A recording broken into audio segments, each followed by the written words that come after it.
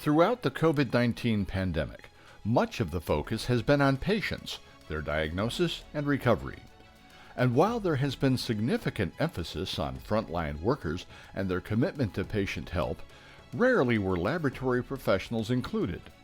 And yet, pathologists and medical laboratory professionals put their personal lives on hold to dedicate themselves to the needs of patients during this unprecedented challenge.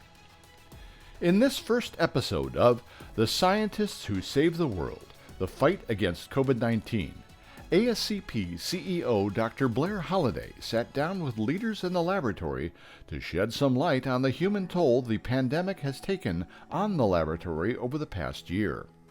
What's the total number of consistent days you were working here at this institution in a row? Maybe about 3 months without a day off, and others worked more than I did.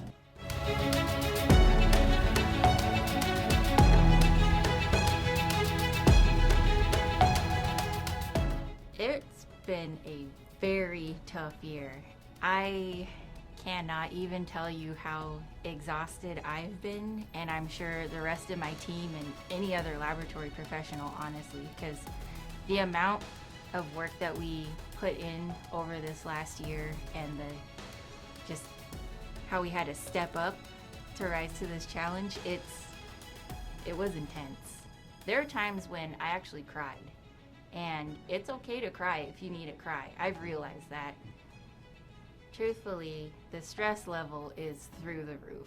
I have never had this much stress before, and it's not only just at work, it's, you take it home with you when you do go home, and that plus your exhaustion, you start having the okay, well, can I go see my parents this weekend? No, that's not a good idea. Okay, so let me just stay in my little bubble, and then I'll get through sleeping maybe 4 or 5 hours, wake up, do it again, come here, and then when you're here, you need to bring your A game. You have to be focused and in the zone, because those specimens aren't going to stop coming in. You really learn how to hone in on your own emotions and what you're feeling, and so you can get through what you need to get through in front of you.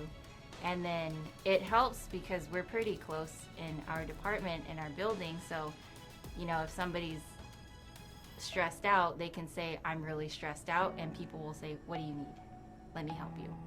And if they're scared, we can talk about, yeah, this is a really scary time. This is really different. I mean, we're talking about stepping up in a way that, because the staffing shortage was already exacerbated at the time, even when you came into the profession, how did you navigate it professionally in order to provide access to testing for patients? So with us, we had to be extremely flexible with our schedules. So that means if you came in at 6:30, you're not going home at your 3:30 time. You might stay till 8 p.m. or later. And same thing with me. We were putting in about over 12-hour days consistently. And if we had to work a 6th day, we'd work a 6th day. If night shift needed coverage, day shift would go to night, and vice versa. We just tried to be as dynamic and flexible as possible, just so that we can get through it.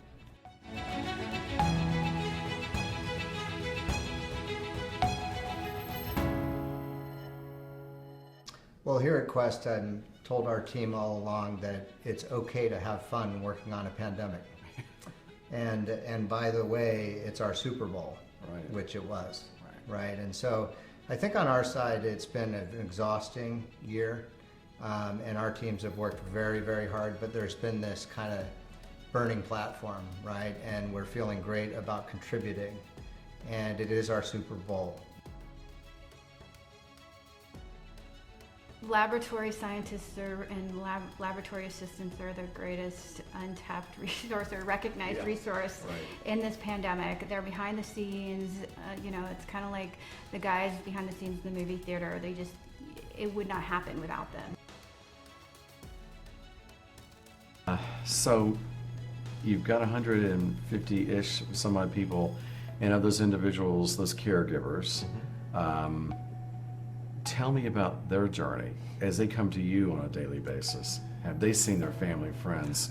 Yeah, things are still wild, I would say. the positivity rate's gone down a little bit, so we're not underwater, I would say, but everybody is still taxed, and I don't think nobody has gotten to the point where they've been able to recover from the stress of 2020. Hopefully the pandemic will end soon and people will be able to travel and take a vacation and some time off. Right. I mean, but just getting away from the lab must have been difficult for Yeah. anybody this year. Yeah, it's hard to get away physically, and it's hard to get away mentally. Leadership, even on your time off, the supervisors will get calls, what do we do in this situation? What do we do with this problem? And we're trying to provide the support that the new caregivers need, the people who this is their first time working in a lab, trying to help to make sure that they're doing quality work and supporting them. So we're trying to support each other, we're trying to take care of the patients, and we're trying to take care of ourselves, and it's a challenging balance.